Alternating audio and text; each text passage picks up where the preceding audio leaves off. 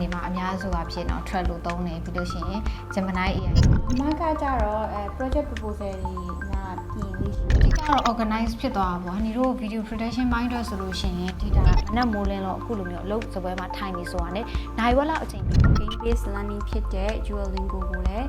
လေ့လာနေပေါ့နော်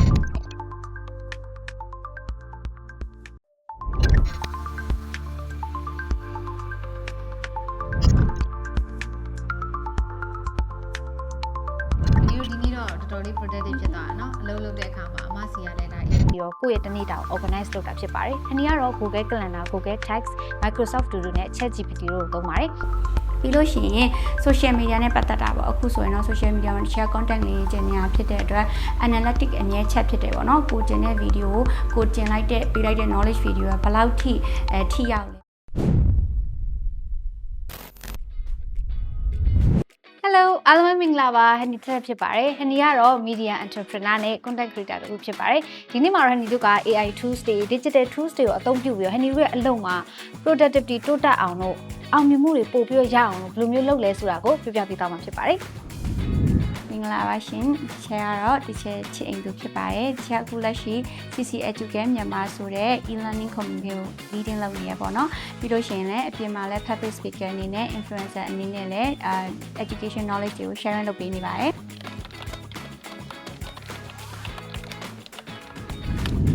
media entrepreneur တယောက်အနေနဲ့ရော tech and lifestyle influencer တယောက်အနေနဲ့ရောဟန်ဒီအတွက်တနေ့တာလုပ်ဆက်ရှိတာရတော်တော်များပါတယ် project management ဘိုင်းတွေ script writing video creation ဘိုင်း production ဘိုင်းကို management လုပ်တာမျိုးတွေ finance အတွက်လုပ်တာတွေပေါ့ script ရေးတဲ့အခါမှာဆိုရှင် brainstorm လုပ်တာတွေပေါ့ meeting တွေသွားတာတွေပွဲတက်တာတွေပေါ့နော်အရန်ကိုများတယ်တလားတာ schedule တွေကလည်းပြည့်နေရပဲဒီနေ့လိုမျိုးအလုပ်များတဲ့သူတွေအတွက် tips တစ်ခုပေးချင်တာကမနက်မိုးလင်းတော့အခုလိုမျိုးအလုပ်စပွဲမှာထိုင်နေဆိုတာနဲ့နိုင်ဝက်လောက်အချိန်ပြီးပြီးတော့ကိုယ့်ရဲ့တနေ့တာကို organize လုပ်တာဖြစ်ပါတယ်အနည်းကတော့ Google Calendar Google Text Microsoft To Do နဲ့ ChatGPT တို့ကိုသုံးပါတယ်။ဟန်နီက ChatGPT ထဲမှာဆိုလို့ရှိရင်ဟန်နီရဲ့ data တွေတော်တော်များများကိုထည့်ထားတယ်။ဘာလို့ဆရာရှိတယ်ဟန်နီရဲ့နေ့စဉ်လုပ်ဆရာရှိတာတွေကဘယ်လိုတွေလဲဆိုတဲ့အရာမျိုးကိုထည့်ထားတယ်။အဲ့တော့ဟန်နီဒီတစ်နေ့တာပေါ့နော်။ဘာတွေလုပ်ဆရာရှိလဲဆိုတာကို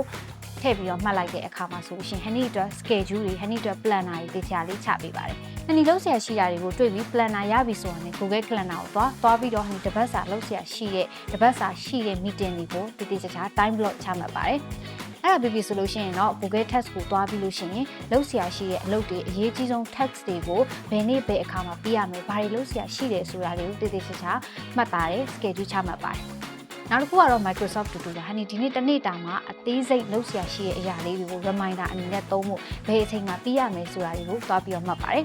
အဲ့လိုမှတ်တဲ့အခါမှာဆိုလို့ရှိရင်ဟန်ဒီတစ်ပတ်စာတစ်လစာဒီနေ့တစ်နေ့စာမှာလုပ်ဆရာရှိတဲ့အရာတွေတေချာ organize ဖြစ်သွားတယ်စီစနစ်ကျသွားတယ်ပြီးတော့စိတ်ထဲမှာဘာတွေလုပ်ဆရာရှိရတွေတေချာခေါင်းထဲမှာပေါ်လာတာဖြစ်တဲ့အတွက်ကြောင့်အလုပ်လုပ်တဲ့အခါမှာ productivity ဘိုင်းအတွက်နှစ်ဆလောက်တကယ်ကိုမြန်သွားပါတယ်ဆိုတော့ဟန်ဒီဒါပြီးလုပ်ပြီးလို့ရှိရင်တော့ခဏနေကြလို့ရှိရင် meeting ရှိပါတယ်ဒီချက်တနေ့တာမှာဆိုလို့ရှိရင် digital tools တွေကိုအများပြသုံးဖြစ်တယ်ပေါ့နော်ပထမဦးဆုံးဆိုရင်တော့ဒီချက်က calendar ကိုချက်လေးရှိရဲကိုယ့်ရဲ့ဒီ calendar မှာဒီနေ့တနေ့တာဘာတွေလုပ်ဖို့ရှိလဲပေါ့နော်အရေးကြီးတာဘာတွေရှိလဲဆိုတာကြည့်လေးရှိရဲပေါ့နော်ပြီးလို့ရှိရင်တော့ Gmail သုံးတယ် email သွား check တယ်ပေါ့နော် email မှာဆိုလို့ရှိရင်လည်းဘာတွေအရေးကြီးတာဝင်လဲဆိုတာကြည့်ဖြစ်ပါတယ်နောက်တစ်ခုအရန်အခုလက်ရှိပေါ့နော် learning လုပ်ဖြစ်နေတဲ့ tools တွေကတော့digital tools မှာဆိုရင် LinkedIn learning ကိုအရန်သဘောကျတယ်ပေါ့နော် LinkedIn learning မှာဆိုရင်သူကဒီမတူညီတဲ့ပေါ့နော် topic လေးတွေ sales ကြည့်မလား marketing ကြည့်မလားပေါ့နော်ဒါမှမဟုတ်နည်းပညာပဲကိုကြိုက်တဲ့ topic လေးတွေကိုကြည့်ပြီးတော့မှသူက short course လေးတွေ online learning တက်လို့ရတယ်ပေါ့နော်အဲ့ဒါလေးတွေကိုလည်းအခုအရန်ကိုလေ့လာဖြစ်နေပါတယ်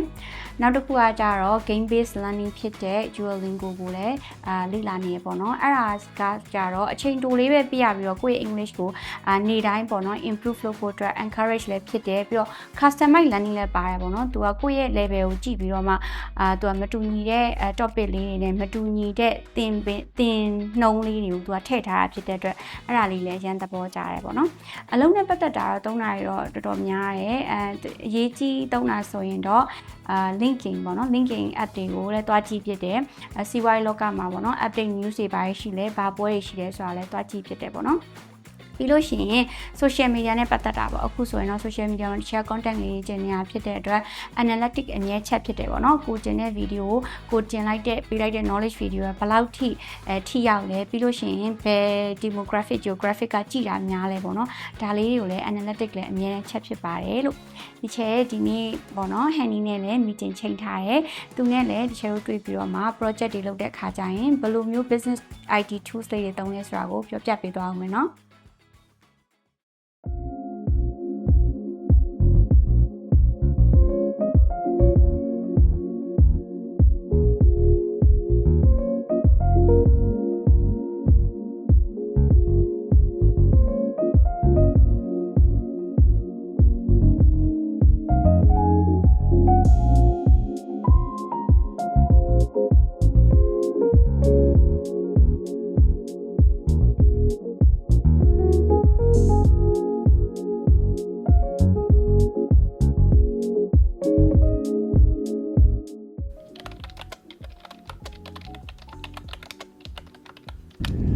လာမယ်ရှင်ဟုတ်ဒီ channel Hanny တို့က media project အတွက်ဆွေးနွေးဖို့အတွက်ဒီကိုရောက်နေတာပေါ့နော်ဟုတ်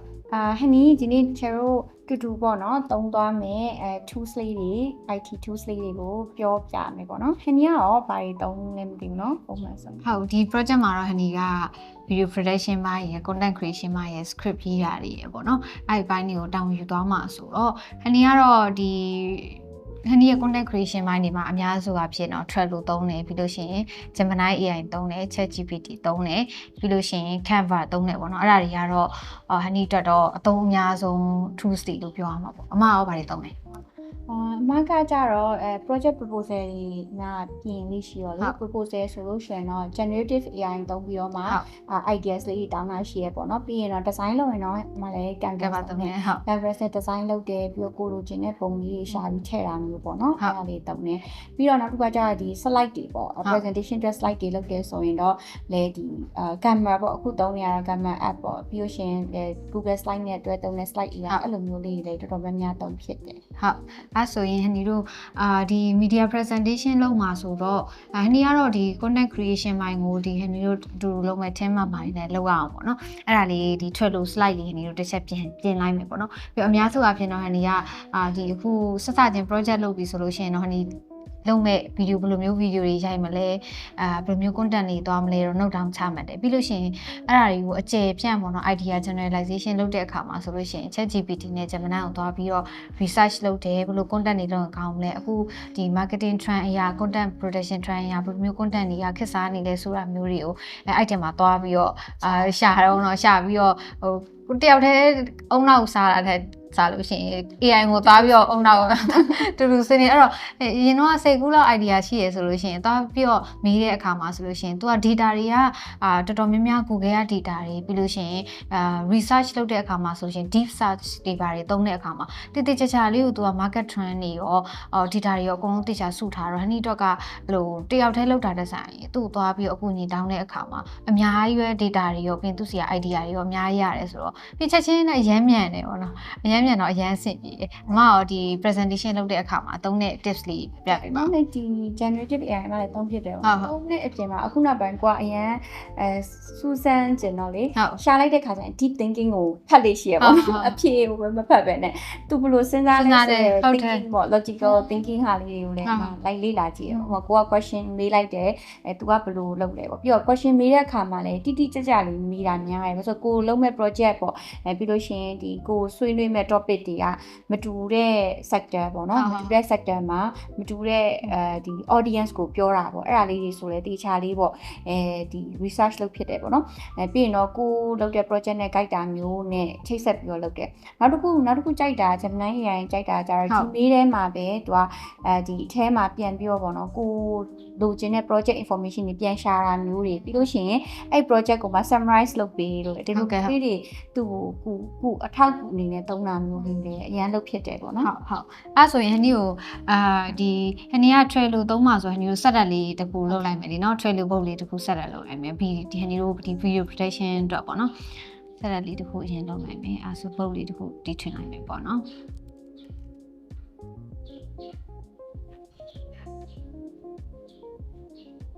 ရွှေလိုတုံးတဲ့အချိန်မှာဟန်နီအတွက်အရန်အဆင်ပြေတဲ့အချက်လေးတွေကပါလေးတွေဖြစ်နော် အဓိကတော့ organize ဖြစ်သွားတာပေါ့ဟန်ဒီတို့ video production mind တော့ဆိုလို့ရှိရင် data တွေကတအားစုတာပေါ့နော်ဥပမာ content ရေးမယ်ဆိုရင်